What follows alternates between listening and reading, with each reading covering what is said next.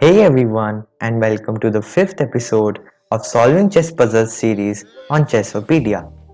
As we all know, solving chess puzzles is a great way to improve our calculation and visualization.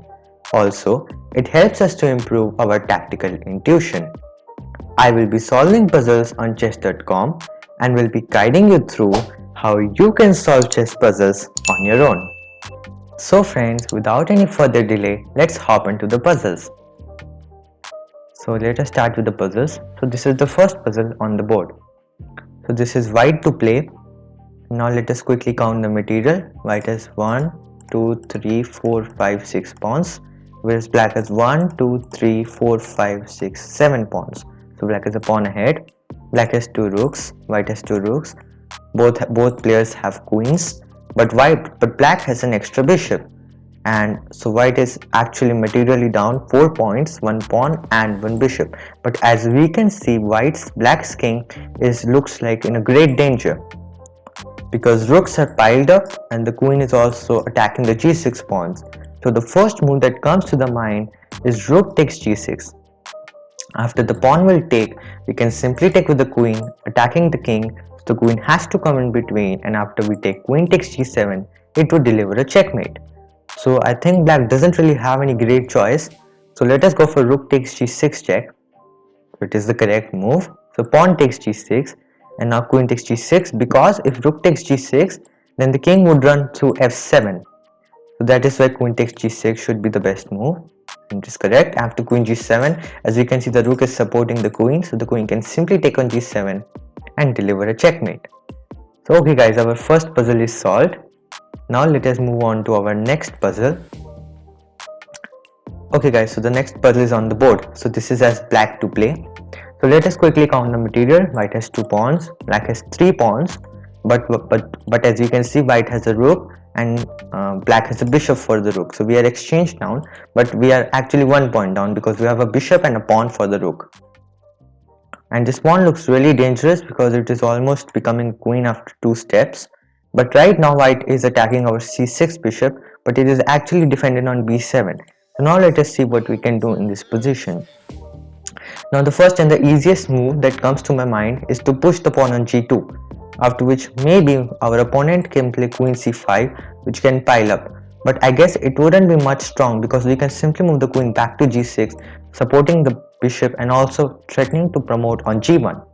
So now let us go g2. I think this should be the move because rook takes c6 is never a threat because we can simply take with the king. So let us go g2. Yes, it is the correct move.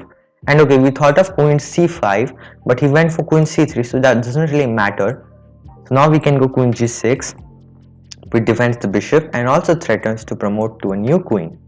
So let us go to queen g6, and it is the correct option because white doesn't really have any great choice, because if we play rook c1, we can simply promote the queen, rook takes the queen and queen takes the queen. So okay guys, our second puzzle is solved as well. So let us move to our next puzzle. So this is our third puzzle on the board. So this is like an opening puzzle. So it is white to play. So let's count the material.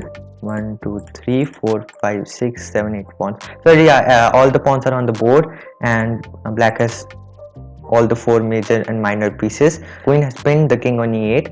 And now I think we can play bishop b5 check, which will attack the king and also threaten to take the knight. So let us go bishop b5, because after he puts his queen to d7 or d6, we can simply play our knight to e5, which will give a third attacker to the knight on c6 and it wouldn't be able to defend. So let us go bishop b5, queen d7, but now we have this deadly move knight e5, after which the position should be solved. And yes, because after knight takes, we can simply take the queen and we will be a queen plus. So now let us move on to our next puzzle. Okay guys, so this puzzle looks like a middle game puzzle. Let us count the material. This is black to play. So as side and side I am solving, you can also pause the video and also try to solve the puzzle. So this will benefit you a lot. So white has 1, 2, 3, 4 and 5 pawns, whereas black has 1, 2, 3, 4 and 5 pawns. So pawns are equal. Many pieces are exchanged. White has 2 rooks, black has 2 rooks as well. Black has a bishop and white has a knight. So the position is equal. But this knight looks pretty strong on c6, even though it doesn't really do much. But this pawn on b5 seem to be very threatening. So now let's see what we can do in this position. So I can see this diagonal being very weak, and the first move which comes to my mind is bishop c7, which piles the queen into the h2 square, which is very nasty, and we are sacking the rook for the rook, but we are getting this h2 checkmate. So after bishop c7, I guess f4 should be the move, but after f4 there is also deadly check. Pause the video and try to find what will be the move after bishop c7, and then if white plays to move f4, while I give you a couple of seconds. So okay, the move is queen c5 check, very deadly, giving a check on g1 and also threatening to take on c1, so which will win a rook. So after bishop c7, if he plays g3, then we have this very nasty move, rook takes g3, sacrificing the rook, pawn takes, queen takes, which will deliver a checkmate after king h1 and queen h2 checkmate. So after bishop c7, actually I can't really see a good defense for white. So let us go bishop c7. I think the puzzle is solved. f4, so as we thought, c5 check and king h2, and we can simply take the rook and we will take with the queen. Knight e7 check, so it's going, puzzle is still going. So now only move king h8 and the puzzle is solved. Okay guys, so let us move on to our last puzzle. Okay, so this puzzle is black to play. Let us count the material. 1, 2, 3, 4, 5, 6 pawns for white, out of which 2 are doubled. Black has 1, 2, 3, 4, 5, 6, so the pawns are equal. All the minor pieces are traded. 2 rooks and a queen for both sides are on the board.